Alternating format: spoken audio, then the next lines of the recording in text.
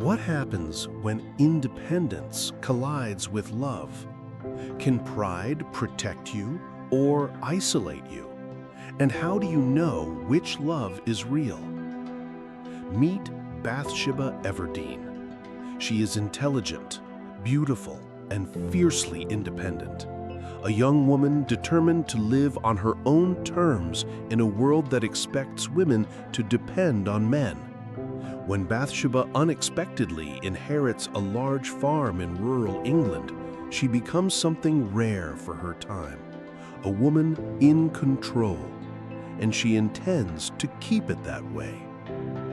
This is the emotional landscape of Far from the Madding Crowd. But independence does not protect her from love.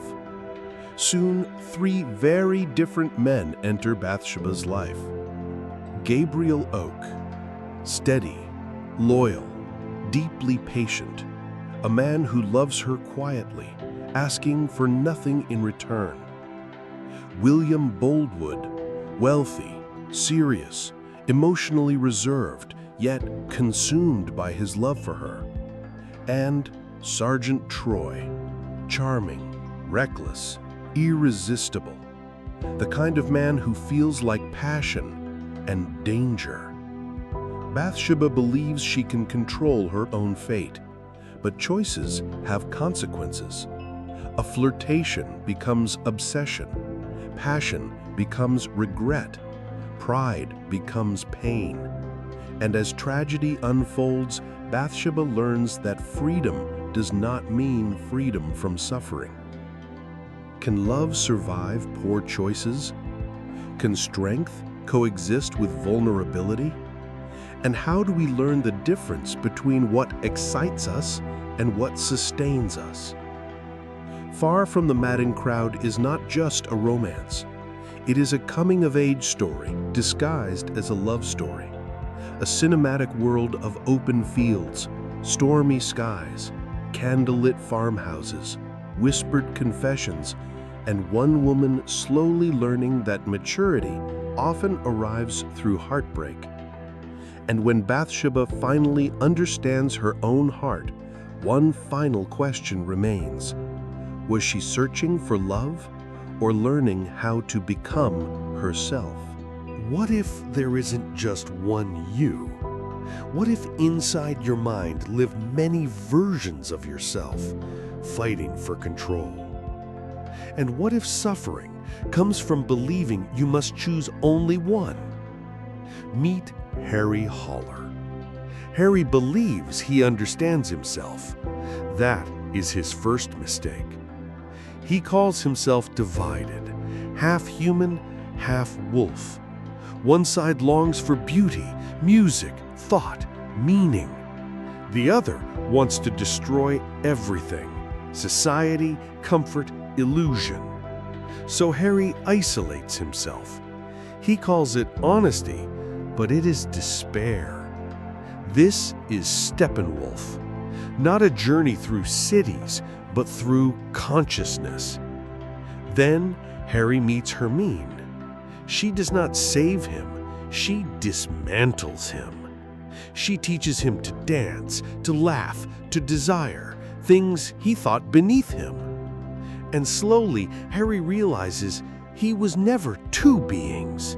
He was never man versus wolf.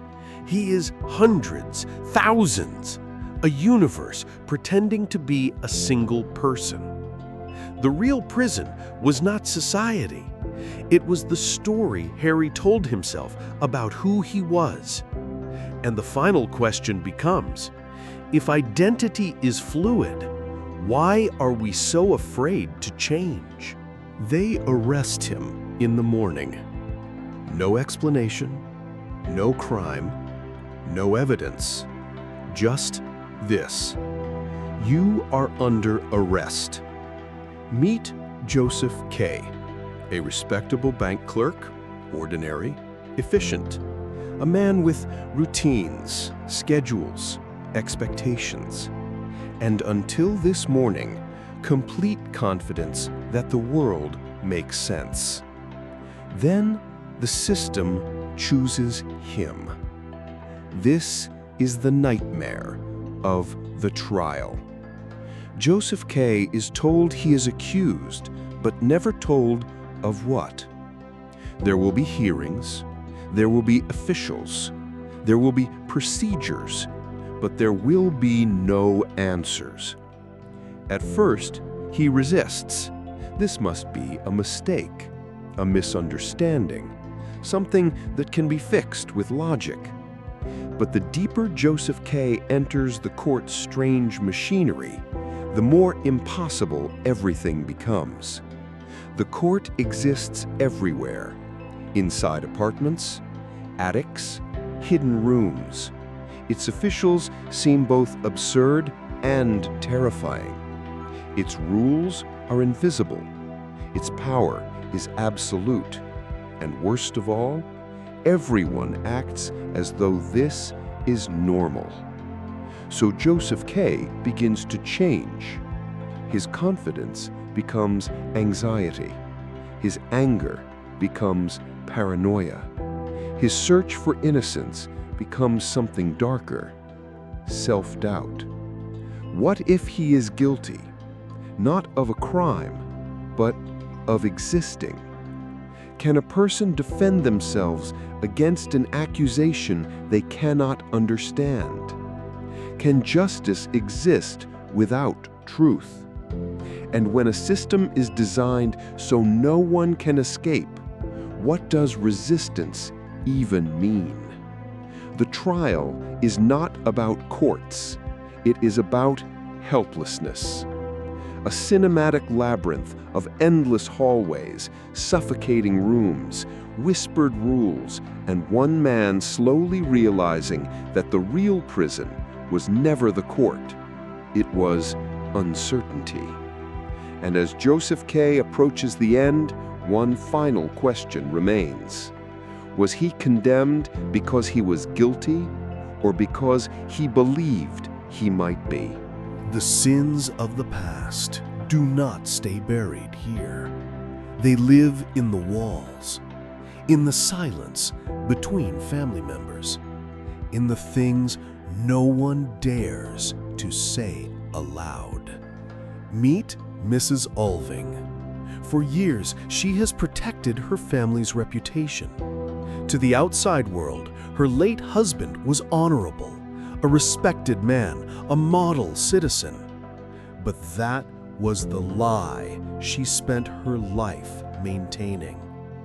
Because behind closed doors, Captain Alving was cruel, unfaithful, and morally corrupt. Mrs. Alving hid the truth to preserve appearances, believing sacrifice and silence were the price of respectability. Now the past is returning, and it is returning through her son, Oswald Alving.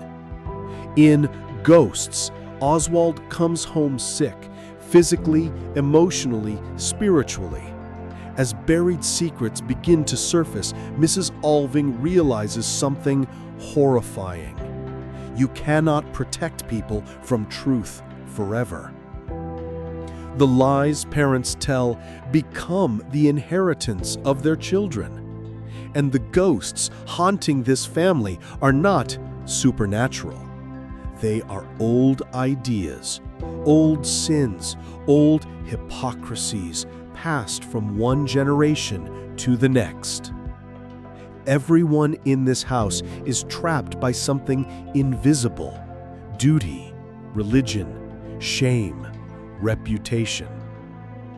And every attempt to avoid pain only creates more of it.